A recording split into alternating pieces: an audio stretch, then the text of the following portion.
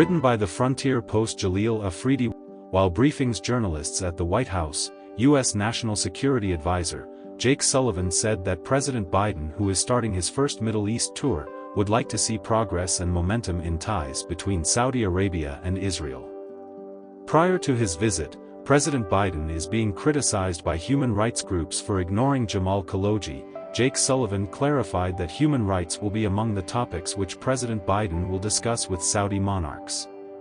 It is also the rising fuel prices in the U.S. which will come under discussion, Sullivan added.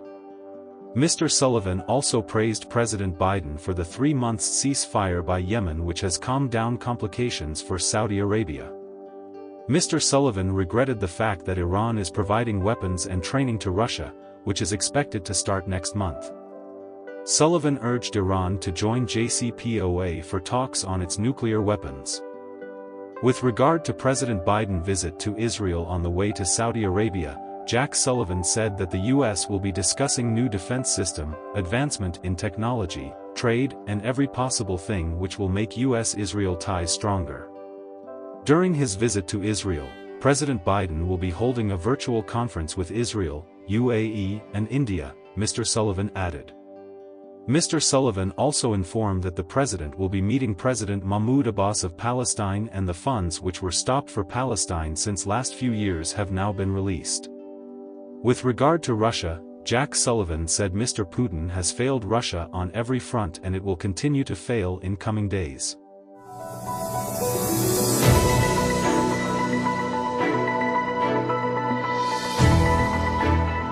Turkey said it will host Russian and Ukrainian delegations together with UN diplomats on Wednesday to discuss the resumption of stalled grain deliveries across the Black Sea.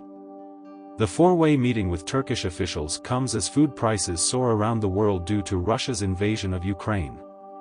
Ukraine is one of the world's biggest exporters of wheat and other grain.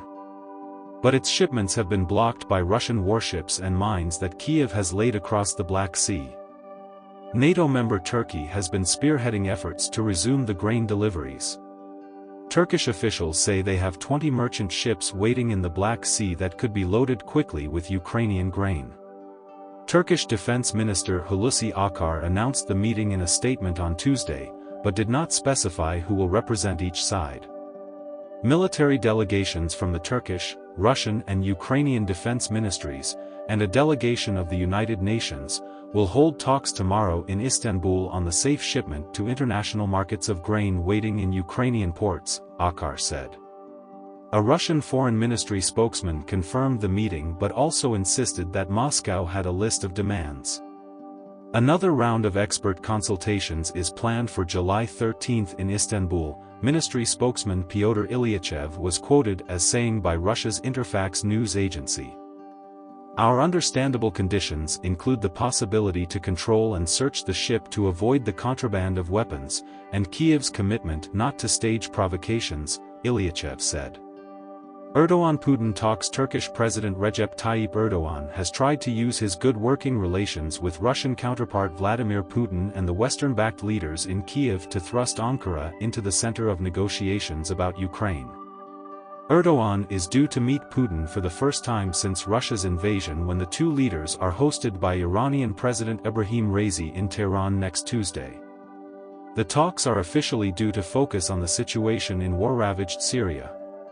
But the Kremlin said Putin and Erdogan will also hold a separate meeting that is almost certain to focus heavily on Ukraine.